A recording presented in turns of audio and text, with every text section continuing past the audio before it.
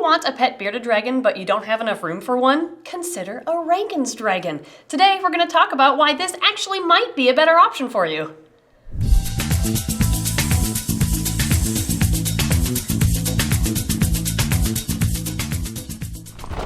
There are 8 different species of bearded dragons in Australia, only 4 of which are kept in captivity, at least in the United States. The most commonly kept species is the central or inland bearded dragon. And when I'm saying central beardy or central bearded dragon throughout this video, this is the species that I'm referring to. The one you see at PetSmart, at yes, Petco, and everywhere. You see these everywhere. They have the blunter face, larger body. They make great pets, but there's a couple of downsides to them. I mean, first, they have to be housed alone. They do not do well in groups, so you do have to dedicate a lot of space for a single lizard inside. And second, they get big, so they need, and because of their activity levels, they need a 4 foot by 2 foot by 2 foot high enclosure at minimum in order to thrive. This is Titus. He is a nice, big, hefty. He's a massive boy. Yes, he's a leatherback, so he's one of those genetic morphs that has reduced scales, or smaller scales at least. And a fun thing about this species is they come in different color morphs, so I guess that's a perk. But because of their size and space requirements, they can be a little bit too much for some. I mean, they start out small as babies, but central dragons grow up to 1.5 to 2 feet, including their tail. Yeah, and they need a lot of room to for the activities they want to do. Exactly, and that is where Rankin's dragons come into play. Rankin's dragons are a smaller cousin to the central dragon. They also live in Australia, but they have a smaller range than the centrals do, and they're pretty much just in the Queensland area of Australia. Queensland. Queensland, yes, as the locals of Australia refer to it as the south of Australia.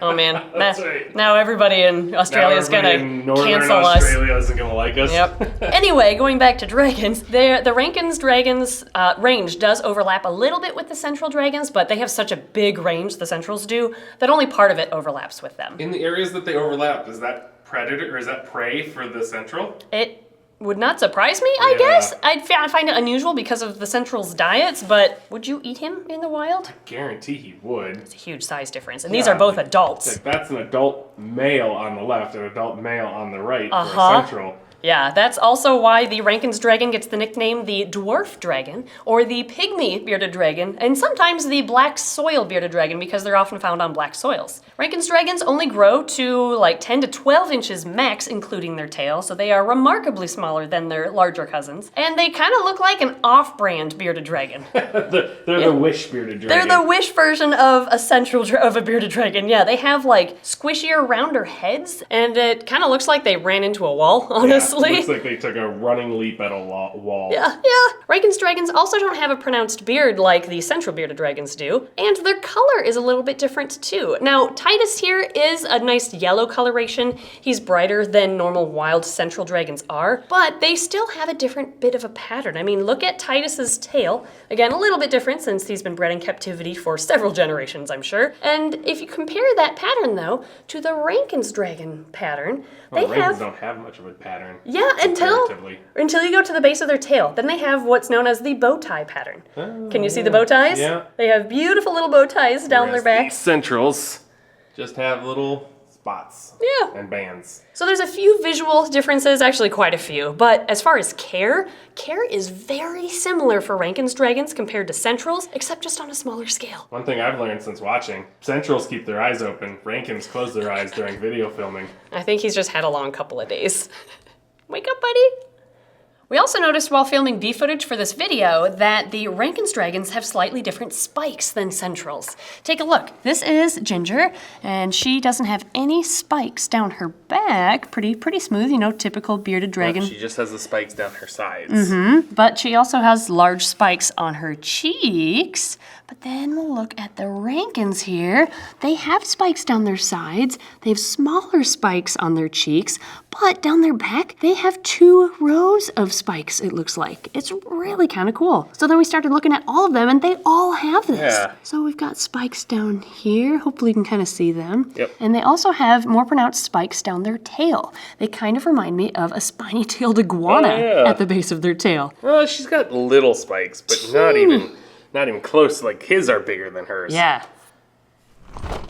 Our male here is your average size for an adult Rankin's dragon, and this is a female he was surrendered with. This is a breeding pair that was surrendered to us recently, and she is a little bit bigger than she should be. She's a little overconditioned. She's had a lot of bugs in her life. She's had a lot of bugs. They're not supposed to be this fat, so she's gonna get a bit of a diet. But again, these are adult Rankin's dragons. Because of their small adult size, they can be comfortably housed in a 40-gallon enclosure their entire life. I have heard of breeders keeping breeding pairs in a 40-gallon as well. However, they are active, so if you're getting two or keeping a pair together, I would recommend a 4x2x2 in that case. But unlike central dragons, you don't need a 4-foot cage for just one. Their habitat setup on the inside is very similar to central bearded dragons. They still need an arid environment, they need similar lighting, UVB light, similar temperatures and humidity, really just on a smaller scale. Since they are a smaller species, they are prey to more animals in the wild, so it is recommended to maybe give them a couple more hiding opportunities than you would a central dragon that likes to be out and basking all the time. But they bask too. They just like to have a retreat in case they feel the need to hide like they would in the wild. Their diet is essentially the same as central bearded dragons too. As babies, they need about 90% insects and 10% vegetables, and that reverses by the time they become 1 year old, and therefore need 90% vegetables and 10% insects. Their personalities are also very similar to centrals. They can be a little skittish at first as babies, especially a smaller species. Yeah, but and they're prey for everything. Exactly, I don't blame them for being a little bit more skittish, but if you socialize them starting from a young age, they calm down and are just as handleable as central dragons as adults. Their lifespan is also very similar, at about 8 to 10 years. And my favorite thing about Rankin's dragons that makes them a better pet than central bearded dragons is that they are a social species, and therefore they can be kept together. You can have a colony of Rankin's dragons in your enclosure, assuming it's big enough. I have heard that you can keep both males and females together. Occasionally though, since every animal is a little bit different, males might butt heads a little bit, so if you want to play it safe, just keep all females or a max of 1 male. But I have read many accounts of people keeping all of them together, both sexes, multiples of each, just fine. Also know if you put a male in with your females, you will get eggs, which you can also risk egg binding and all that. That is if you're true. Not properly taken care of. That's a very good point. So they sound like a perfect pet, right? And why would somebody get a central bearded dragon over a Rankin's dragon? Well, Rankin's dragons are pretty hard to find. They're not often bred in captivity, at least in the United States, and therefore they're a little bit more expensive too, if you can find one. In addition, since, again, they're not really bred that much, there aren't any genetic color or scale morphs or pattern morphs like there are the central bearded dragon. Who is that? This is Ginger. She is our hypotransmorph bearded dragon. She's gorgeous, but as you can see, the Rankin's dragons have more of they're only wild type. Coloration. Normal coloration, yeah, exactly. So some people might think this is kind of boring coloration. However, just like with any animal, there is some variability in their patterns too. Check out this baby. Yeah, he's gorgeous. He's beautiful. I love his pattern. In a similar vein, Rankin's dragons might have morphs in captivity in Australia. However, it is illegal to export any native species from Australia to the United States or anywhere around the world. Everything in Australia has to stay in Australia. So that means in the US, we can only work with what we've already got here. And fun fact, all of the bearded dragons, all the species kept in captivity in the US were illegally imported from Australia back in the 1980s. So if you have a bearded dragon at home, it is technically the descendants of like the black market, illegal bearded dragons. But there's so many in captivity now, it doesn't really matter. That does bring me back though to my point of Rankin's dragons. There's not many of these in the US, so we have a pretty limited gene pool.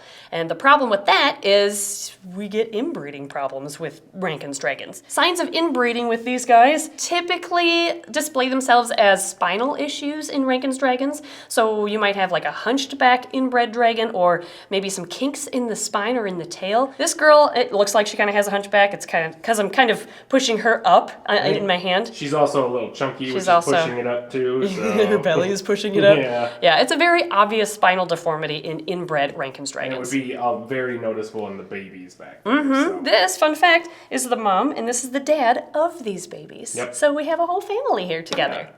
All of these Rankin's dragons were surrendered to Adoption Island recently, and they just came out of quarantine. The babies here, I think there were like 13 of them total. Something like that. They have all gotten claimed by amazing homes, so they have already found homes, guys. I'm sorry. Basically, within a day of them coming out of quarantine, they were all adopted. Pretty much. But I can understand why, because they make such great pets. Yeah. They have pretty much all of the same perks of a central bearded dragon without the space commitment. So these have to get more mainstream, I think. They have to get more popularity. They deserve more. Yeah, we just need to figure out the inbreeding thing. Yes. Which is kind of hard to do with no importation. It's really tricky, yeah. But we might be on the right track, I guess, because in addition to all of these babies being surrendered to us, there were 2 breeding pairs of Rankin's dragons. They're Mom adults. There, They're parents. And Dad, lower your hand.